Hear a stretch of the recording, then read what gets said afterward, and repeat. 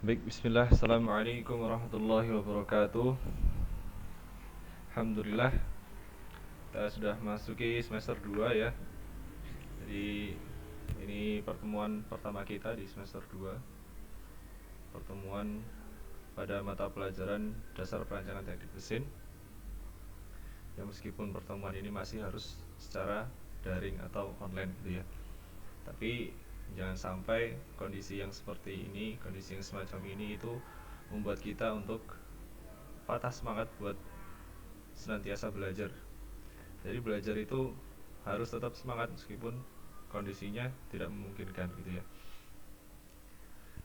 Nah oke, eh, pertama-tama saya ucapkan selamat karena sudah masuk semester 2. Dan Alhamdulillah kita masih diberi kesempatan untuk dapat bersekolah ya, untuk dapat menuntut ilmu. Mudah-mudahan eh, kalian semua dalam keadaan sehat juga. Amin.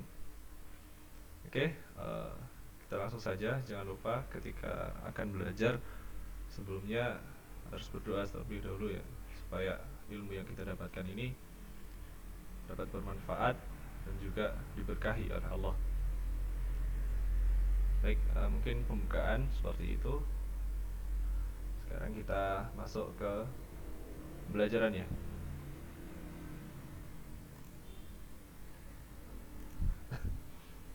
Oke, dasar perancangan teknik mesin. Pertemuan pertama kita di semester 2. Nah, kita masuk pada bab yang ketiga ya. Kalian sudah punya buku paket, jadi kalian bisa mempelajari materi dari sana. Nah, di sini saya akan menjelaskan sedikit pada pertemuan pertama ini, yaitu tentang perlakuan panas logam. Nah, apa sih yang akan kita pelajari pada pertemuan ini? Yang pertama adalah pengertian dari perlakuan panas logam, kemudian macam-macam metode perlakuan panas logam. Nah, perlakuan panas logam itu merupakan suatu perlakuan di mana logam diberikan pemanasan dan pendinginan untuk merubah sifat mekanik logam sesuai dengan yang dibutuhkan. Oke, jadi logam, kalian tahu logam ya? Logam itu material, material yang memiliki sifat yang paling mencolok itu dia konduktif. Konduktif itu mengantarkan panas, mengantarkan listrik. Jadi ada dua konduktif, konduktivitas secara thermal atau panas dan juga konduktivitas secara elektrik atau listrik. Electricity, conductivity. Itu. Jadi ada dua. Nah, itu paling mencolok itu logam, sifat logam itu. Nah, salah satu contoh logam yang sering kita temui dalam kehidupan sehari-hari ya baja, kemudian aluminium yang kita pakai untuk peralatan memasak atau di perlengkapan rumah tangga seperti itu. Itu adalah logam. Nah, logam itu mempunyai sifat masing-masing. Kita bahas di sini baja ya. Baja.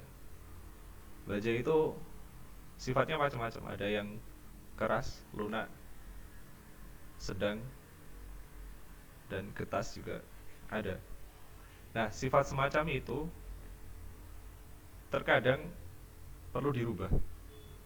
Perlu dirubah. Mengapa? Karena disesuaikan dengan kebutuhan. Nah, makanya perlakuan panas logam di sini itu bertujuan untuk itu, untuk merubah sifat dari logam yang ada supaya sesuai dengan kebutuhan. Sesuai dengan kebutuhan. Karena ketika kita akan memakai material logam, itu tentunya akan disesuaikan dengan kebutuhan. Misalnya, kita akan membuat baut. Baut itu kan harus lebih lunak dari yang dibaut. Supaya apa? Supaya nanti ketika ada pembaran berlebih, itu yang akan kalah adalah bautnya, bukan komponen utamanya. Karena baut di sini adalah komponen tambahan yang berfungsi untuk mengikat ya, mengikat dua komponen atau lebih. Seperti itu. Nah, maka di situ harus disesuaikan sifatnya, sifat dari logam itu. Contoh yang lain misalnya pada pembuatan roda misalnya. Roda itu yang dibutuhkan ya ringan dan juga kuat, kuat untuk menahan beban. Nah, tentunya kita nggak mungkin menggunakan baja dengan kadar karbon tinggi. Nah, ini belum kita pelajari ya, tapi ini saya jelaskan sedikit supaya ada gambaran. Nah, baja karbon tinggi itu sifatnya keras dan juga getas. Nah, kita nggak mungkin memakai material tersebut sebagai bahan roda. Karena apa? Nanti akan terlalu berat dan juga dia bersifat getas, sehingga terkena benturan secara mendadak itu nanti akan pecah. Itu seperti itu. Nah, makanya di sini adanya perlakuan panas logam itu untuk memodifikasi ya, memodifikasi karakteristik dari logam, karakteristik dari logam yang ada. Nah, sifat mekanik itu apa sih sifat mekanik? Jadi sifat yang kita pelajari di dalam lingkup kita dari teknik mesin itu akan berkait dengan mekanik. Artinya apa sifat mekanik itu? Sifat mekanik merupakan sifat ada suatu material yang berhubungan dengan reaksi terhadap gaya luar. Karena teknik mesin itu penerapan ya, penerapan dari ilmu fisika, ilmu kimia itu diterapkan di situ. Nah, mengapa mekanik? Ya, karena pada penerapannya itu akan selalu berhubungan dengan mekanik. Misalnya pada jembatan, misalnya pada mobil ya, mobil itu kan mengalami pembebanan secara mekanik. Nah, di situ beban itu yang diberikan kepada material yang dipakai untuk mobil atau jembatan itu akan memberikan suatu reaksi, akan memberikan gayanya itu akan memberikan, akan diberikan pada material yang dipakai. Nah, dari material tersebut bereaksi terhadap gaya itu. Nah, reaksi terhadap gaya yang diberikan itu dinamakan dengan sifat mekanik. Apakah dia sifatnya lunak, atau dia sifatnya nanti getas, atau dia sifatnya nanti keras dan yang lainnya. Itu sifat mekanik. Nah, apa aja sih sifat mekanik itu? Kita bahas. Nah, ini sifat mekanik itu ada kekuatan, kekenyalan atau elasticity.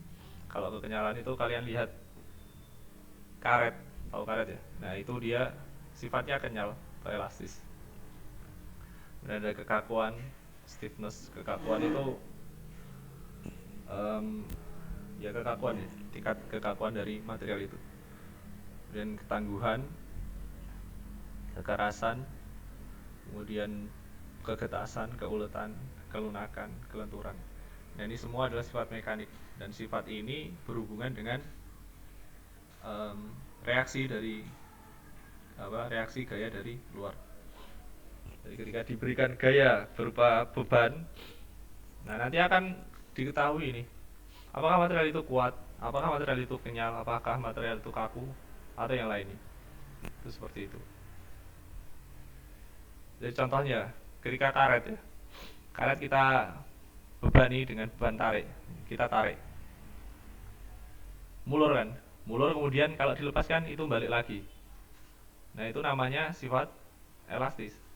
Jadi dari situ kita ketahui bahwa karet itu mempunyai sifat yang elastis atau kenyal. Seperti itu. Jadi sifat mekanik itu seperti itu. Oke, kita lanjutkan. Nah, apa aja perlakuan panas logam? Jadi secara umum itu dibedakan menjadi dua ya. Jadi diperlakukan softening dan juga hardening. Softening itu kan dilunakkan, kalau hardening berarti dikeraskan. Jadi intinya untuk perlakuan panas logam ada dua itu. Apakah dia mau dilunakkan atau mau dikeraskan. Nah, untuk softening sendiri itu ada tiga. Kalau di buku kalian itu dibaginya menjadi dua. Yang tempering ini dia masuk ke hardening. Tapi kalau saya cenderung ke softening karena tempering di sini juga mengurangi kekerasan. Makanya bukan saya masukkan ke hardening tapi masukkan ke softening. Oke, kita bahas satu-satu. Mulai dari softening. Jadi softening itu perlakuan panas yang ditujukan untuk melunakkan material. Kalau hardening itu perlakuan panas yang ditujukan untuk mengeraskan. Nah, annealing, jadi ya, yang perlakuan softening itu, yang pertama ada annealing. Annealing itu apa? Annealing itu ini semuanya materi sudah ada di buku ya, kalian nanti juga bisa pelajari dari sana.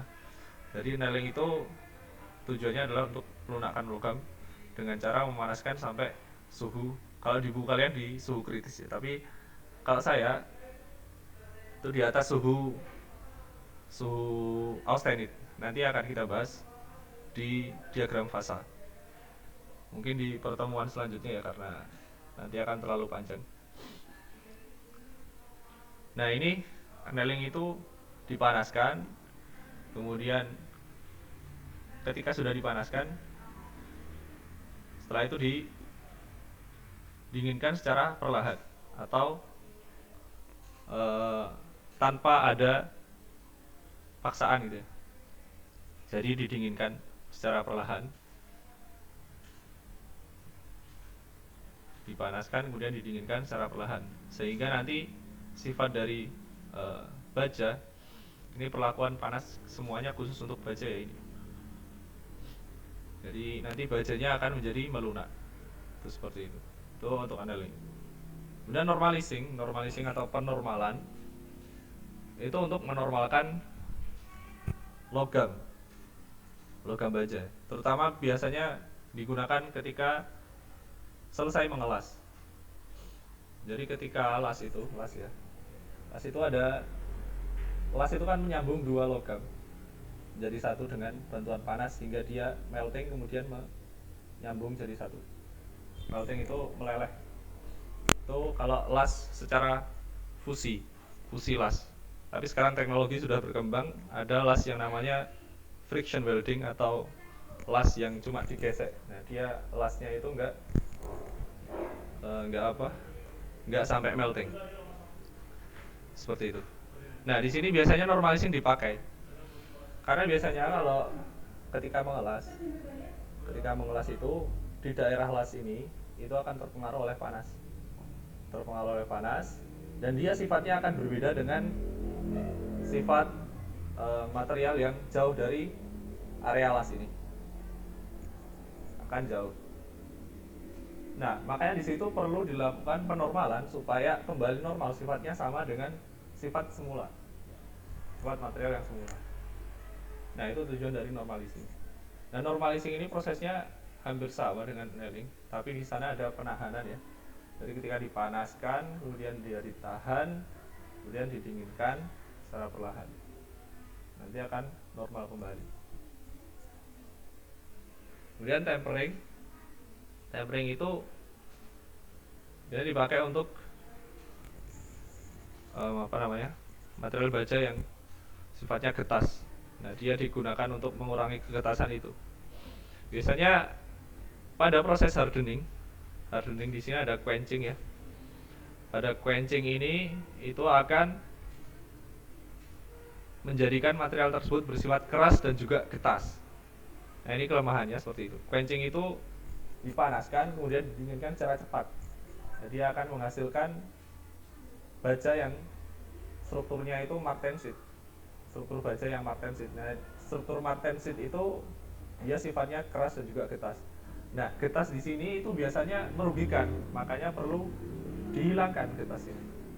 Karena apa? Getas itu ketika diberikan beban secara mendadak dia akan pecah. Hampir mirip seperti kaca. Kaca itu getas. Dia akan kalau diberikan beban mendadak langsung makpiar. Nah, itu sama nanti sifat baja yang ketika di quenching itu akan memiliki sifat yang getas. Nah, makanya untuk mengurangi kegetasan itu perlu dilakukan tempering atau perlakuan tempering. Itu seperti itu. Nah, jadi gitu ya untuk perlakuan panas logam pada pertemuan kali ini. Tadi sudah dijelaskan mengenai sifat material, kemudian dijelaskan mengenai perlakuan panas. Oke, pada pertemuan kali ini cukup sekian. Kita nanti lanjutkan pada pertemuan kedua. Dari saya cukup sekian.